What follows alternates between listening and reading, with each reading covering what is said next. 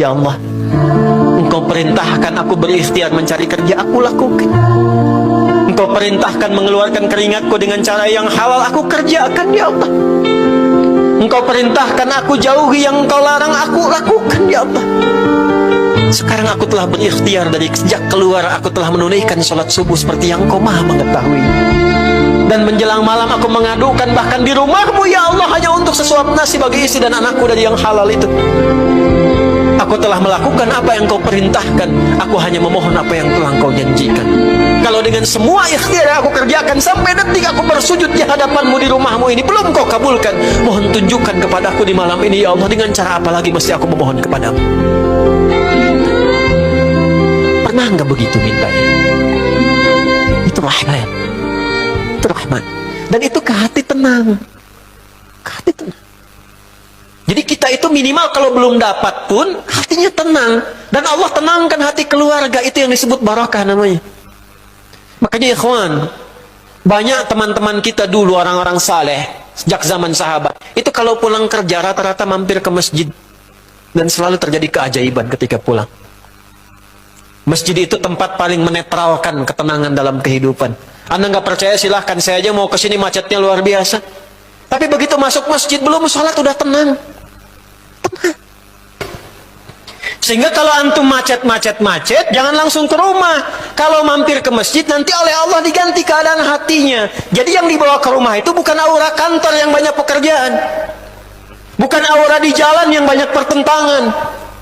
Anda itu direktur di rumah sebagai ayah, di kantor direktur sebagai pimpinan.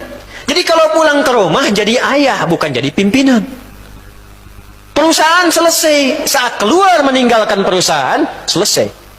Pak Rektor menjadi rektor di kampus, keluar gerbang kampus selesai. Ya, semua pimpinan selesai. Tapi kan nyampe rumah itu ayah yang ditunggu. Saya itu kiai, ustadz, ini saat ngajar sekarang, nyampe rumah, nggak ada yang kenal saya kecuali seorang ayah.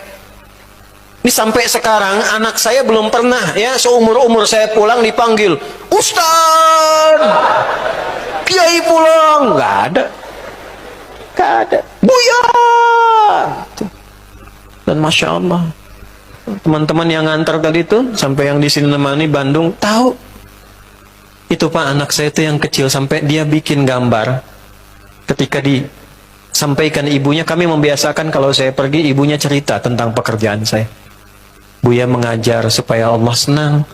Kalau Allah senang nanti kakak, adik semua itu disukai Allah, nanti apa yang diminta Allah berikan. Kasihnya lewat bunda.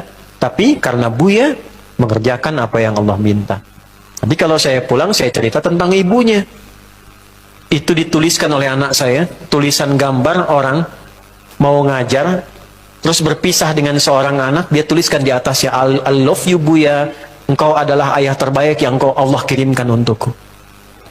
Itu sampai saya simpen sekarang Pak, dalam tas kemanapun saya pergi.